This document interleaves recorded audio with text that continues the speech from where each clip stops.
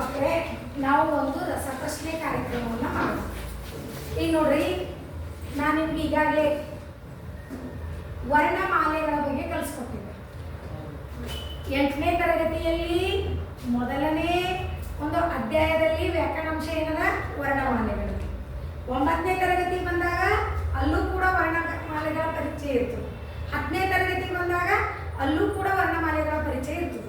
ಅದಕ್ಕೆ ತಾವೆಲ್ಲರೂ ತಿಳ್ಕೊಂಡಿರಿ.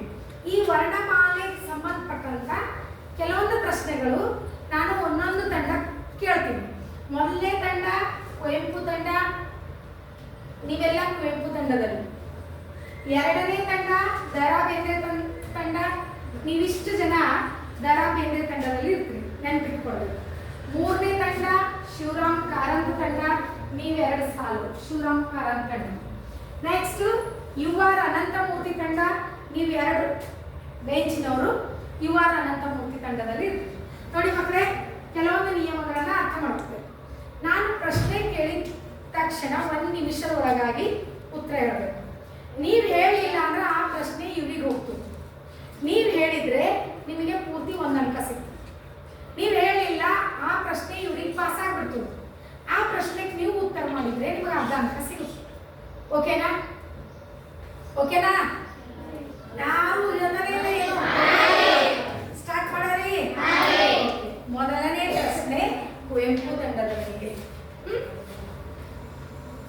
ಕನ್ನಡದಲ್ಲಿ ಒಟ್ಟು ಅಕ್ಷರಗಳೆಷ್ಟು? ನಿಮ್ಮ ತಂಡದವರು ಆನ್ಸರ್ ಮಾಡಿ.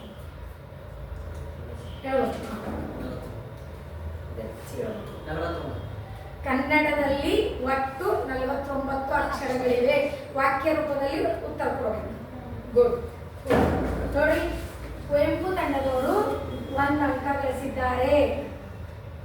ಓಕೆನಾ? 2ನೇ ಪ್ರಶ್ನೆ ಯಾರಿಗೆ? ದ.ರಾ. ಬೇಂದ್ರೆಯವರ ಟೀಮ್. ನೋಡ್ರಿ,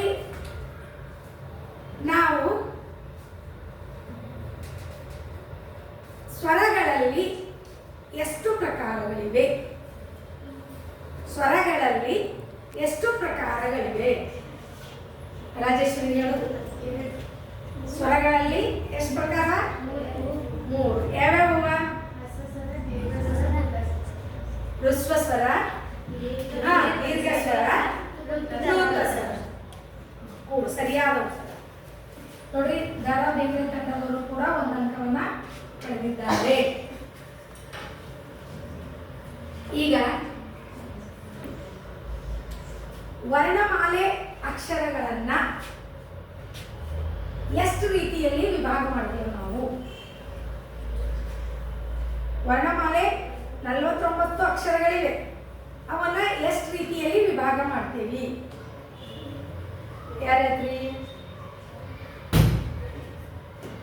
ತಪ್ಪಾದ್ರೆ ಈ ಚಿಂತಿಲ್ಲ. ಏನನ್ನಂತ ವಿಭಾಗ ಮಾಡ್ತೀವಿ ನಾವು? ಸ್ವರಗಳು, ವ್ಯಂಜನಗಳು, ಯೋಗವಾದ. ಸರಿಯಾದ ಉತ್ತರ.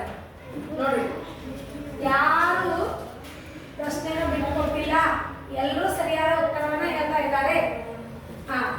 ಈಗ ವ್ಯಂಜನಗಳಲ್ಲಿ ಎಷ್ಟು ಪ್ರಕಾರಗಳಿವೆ? ಯು.ಆರ್. ಅನಂತಮೂರ್ತಿ ಟೀಮಿನವರಿಗೂ ಪ್ರಶ್ನೆ. ವ್ಯಂಜನಗಳಲ್ಲಿ ಎಷ್ಟು ಪ್ರಕಾರಗಳಿವೆ?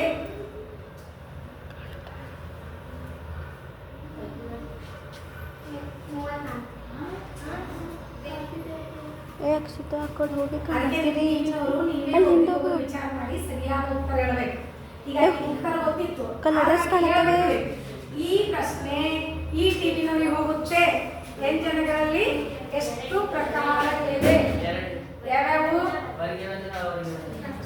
ವರ್ಗೀಯ ವ್ಯಂಜನ,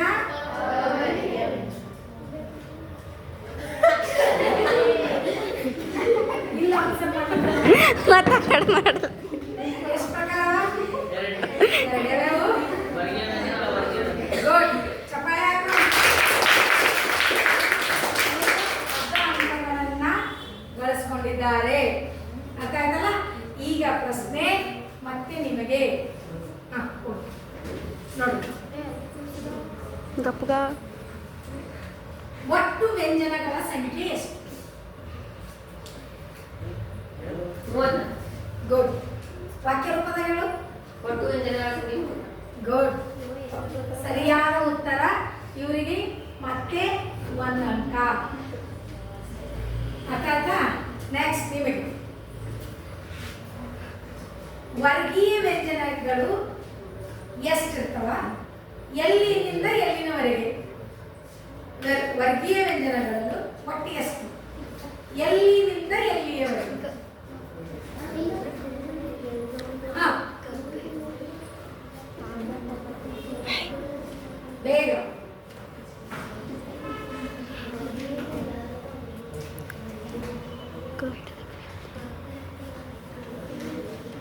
ಈ ಟೀಮ್ನವರು ಕ್ವಶನ್ ಮುಂದಿನ ಟೀಮಿಗೆ ಪಾಸ್ ಆಗುತ್ತೆ. ಸಮಯ ಮುಗಿತಾ ಬಂದಿದೆ, ಬೇಗ ಆನ್ಸರ್ ಮಾಡಬೇಕು. ಪಾಸ್ ಮಾಡ್ಲಿ ಕ್ವಶನ್. ಎಲ್ಲಿ ಹಿಡಿದು ಕ ಹಿಡಿದು ಮಾತಕ ವರ್ಗೀಯ ವ್ಯಂಜನ ಕರೆಕ್ಟ್ ಅದ. ಎಷ್ಟು ಇರ್ತಾವ? 25. ಸರಿಯಾದ ಉತ್ತರ.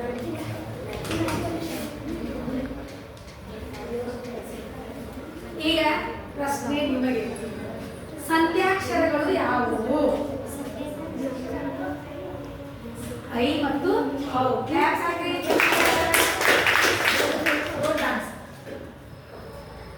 ಅವರ್ಗೀಯ ವ್ಯಂಜನಗಳು ಒಟ್ಟು ಎಷ್ಟು? ಎಲ್ಲಿಂದ ಎಲ್ಲಿಯವರೆಗೆ? ಒಟ್ಟು ಎಷ್ಟು ಅಕ್ಷರ ಅವರ್ಗೀಯ ವ್ಯಂಜನ? 9. ಸರಿಯಾದ ಉತ್ತರ. 1 ಅಂಕ ಪಡೆದುಕೊಂಡರ. ಪರವಾಗಿ. ಈಗ 3ನೇ ಸುತ್ತಿ ಬಂದಿದ್ದೇವೆ ನಾವು. 2ನೇ ಸುತ್ತಿನಲ್ಲಿ ಸರಳವಾದ ಪ್ರಶ್ನೆಗಳನ್ನ ನಿಮಗೆ ಕೇಳಿದ್ದೇವೆ. ಈಗ ಯಾವ ಸುದ್ದಿ ಬಂದಿದ್ದೇವೆ ನಾವು?